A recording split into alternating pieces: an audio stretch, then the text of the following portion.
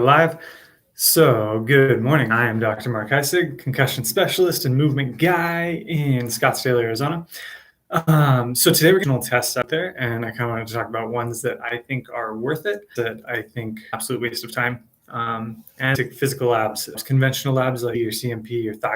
Conventional labs, we do these standard labs. So will ask me without labs, but would be like a health. So we're looking at electrolytes, glucose, protein, not even liver function. We're looking at liver and kind of a picture of your metabolic. The only thing that most conventional regulating hormone, and so that comes from up here. To what the sample of this test is. So is it blood? Is it serum? Is it your poop? How much would that test cost? Because I want to put some transparency to this. There's a lot of functional providers that will way upcharge the test, or that will not kind of give it to you at cost, and they're already pretty expensive because they're not covered by insurance. So we're going to start with more kind of conventional tests that you might be able to get run from your PCP, your general practitioner, and then we're going to move into tests that you absolutely probably are only going to find this from a functional provider. So the first one that's crucial for everyone is vitamin D. I think this is a nutrient and a level that athletes should absolutely know. Crucial for all sorts of functions: immune function, musculoskeletal health, heart health, brain health, immune health, as we're a year and a half. Standard labs are going to say you need levels above 30. Even most people don't meet that, 60 and 80. So if you're supplementing vitamin D and you're like, oh, I want to get to 60 to 80, find out where you're at first so you don't over, because there is a problem with vitamin D is tightly linked to calcium metabolism. So you don't want hypercalcemic, because that's not a good thing for your heart or your muscles or your nerves or anything.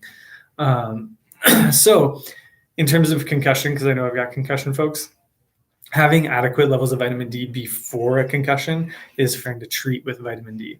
The only time we see treat really helpful is when it's paired with progesterone. And that's so first functional test that I think is useful is so it's kind of hard to see. So really what this test is used for is, let's see what you're producing an abnormal amount of IgG to, because you should produce IgG to food. If you have like an absent IgG response, I'm actually worried about immunodeficiency. I'm worried that we've got to test your actual antibody levels in general. But ultimately what we're going to look at is if you have these specific markers of like high foods, like for me, it's dairy foods, almonds, things like that. I'll remove those triggers of inflammation, and we'll typically see that, like, okay, you remove the trigger, decrease gut inflammation, decrease systemic inflammation, better performance. So we've got athletes even here in the gym that have we've worked with pulling certain foods away, and they're like, yeah, I sleep better, I feel better, I'm clear. And then when I reintroduce the food, I don't feel so good. So we'll often see food intolerances, again, for my concussion folks, because I want to tie it back. We'll see food intolerances develop after TBI. I wasn't able to tolerate dairy only after my second concussion in college, because we'll see blood-brain barrier get leaky, gut get leaky, and kind of kick off on my body's metabolism to be working well. So organic acids is a cool big window into your metabolic performance. And the last one that almost didn't make my list, so we got vitamin D, omega-3 index, IgG, food intolerances, organic acids testing. And then the one that almost didn't make my list, which I'll talk about why in a second, is profiling or mapping your microbiome. So looking at your gut flora. So what we'll see is that heavy exercise, stress, poor diet, poor sleep, concussion can lead to a dysbiosis, or this overgrowth of bad bacteria, or kind of an imbalance in bacterial ratios. Poor gut health equals poor U health. And so we can map and we can profile the bugs that are in your body. We can say there's this many Bacteroides versus Firmicutes versus Proteo whatever versus this. And we like to see a diversity in that ratio. And I even have a note here: more diversity equals better. Get the hint, America. But yeah, so we use this to basically map your microbiome, see that the ratios are healthy, that they're diverse. And I've used this to help athletes, particularly a pro hockey player, help improve energy levels, brain fog, and then actually get rid of some skin rashes that he was having around his gear after games. What are the tests that I don't like? So the tests that I do like for athletes: vitamin D, omega-3 index, IgG, food intolerances, organic acids testing, and microbiome mapping. And not all of those, I don't recommend all of those for all athletes. It's more just like if it makes sense for you, and you're going to do something with the results, then let's talk about ordering the test. But you don't need all the tests all the time. Most athletes would be well with a vitamin D and an omega-3 index. And then if you're really dealing with something funky, again, you've got like gnarly brain fatigue or something else, get the conventional labs, make sure there's no pathology, and then dive functional. The tests that I do not recommend most often, microbiome mapping actually made this list. I might change my opinions on that in terms of the concussion world, because we're getting more and more research. That clip I shared yesterday, that little screen grab of the stats on concussion, that was actually a paper on the microbiome after TBI. And we're finding some really cool stuff there. I'm hesitant on wanting to map the microbiome still because I don't know that it's going to change what I do. So that's one of the reasons I don't really recommend this test super often. I'd rather go with IgG food intolerances, organic acid tests. And then if something's still not making sense, let's go with a microbiome map. For the generally healthy athlete, for the generally healthy person, the reason I don't recommend microbiome profiling or mapping is because you're going to have much more use from an IgG intolerance test. You're going to have much more use from an oats than you will from a microbiome map, because in general, you're just going to do gut stuff. You're going to eat a diverse diet. You're going to have plenty of fiber. You're going to exercise. You're going to sleep. You're going to maybe take a probiotic supplement. You're going to do something that's going to improve the diversity of your microbiome, because really all you can find on a microbiome mapping is that you're not very diverse. The poor results are going to be low diversity, an overgrowth of this bacteria, and yada, yada, yada. And what are you going to do for that? You might take an antimicrobial.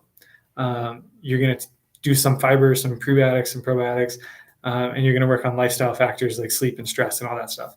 Would that matter had you taken the test or not? In most cases, probably not. If you have gut issues, those are the things you should be looking at anyway. The other test that I get asked quite a bit about actually is micronutrient testing. So vitamins and minerals. And I'm going to irritate a lot of practitioners when I say this. I think that it's kind of an absolute waste of time and money. We don't have great ways to measure this yet. And what I mean by that is some nutrients are best measured in the serum, some from red blood cells, some from white blood cells. Some we don't even have great measures yet. So it's inconsistent. And the reality is that as a provider, if you know what you're doing, and I'm not calling anyone out, but if you know what you're doing, we'll see what nutrient levels are wonky in the function of the other tests. We'll see it in the CBC. We'll see it in the CMP. We'll see it absolutely in the organic acids testing. And again, will it change much? Will it change much to know that you're low in these vitamins? You'll take a multivitamin, you'll eat more fruits and veggies. You might start eating some organ meats or changing up your diet. But in reality, it's not going to do a whole lot in terms of what you're doing. So I don't think it's a great use of time. I don't think it's a great use of money to test vitamins and minerals. You're going to get better use out of another test that's going to tell you, one, more detail about the rest of your metabolism, but then also give you a window into your micronutrient profile. So I do not think that it's worth it to test like, hey, how are my B vitamins? Hey, how are this? Because you'll see your B vitamins, you'll see your other stuff in organic acids testing, in your CBC, in your CMP. So with that recap, functional tests, super, super useful. If you've got your conventional tests are clear, cool. You're an athlete, you're a high performing person, you're an entrepreneur, you're whatever, and you want to just kind of feel better because something is going on that's not being picked up in conventional labs. There are functional labs that I like. And for athletes, that is vitamin D, omega-3 index, IgG food intolerance testing, organic acids testing, and then I'm kind of on the fence about microbiome mapping. Those are great for athletes, for folks recovering from concussion, and for folks just wanting to perform better. The tests that I do not like I said, I'm on the fence about microbiome mapping, even though I just said I liked it. And then I absolutely do not like we do not need to test for vitamins and minerals. It's not going to change much about how we respond. If you've got an overt deficiency, it's going to show up as a pathology. It's going to show up on another test. You don't need to test for that vitamin. So I think that's a waste. We made it 17 minutes. God, I got to get better about the Tuesday 10. But thank you for joining. I'll share this on my Instagram Live, or not my Instagram Live. This is live. I'll share this on my IGTV, YouTube. It's recording here. But thank you all for showing up.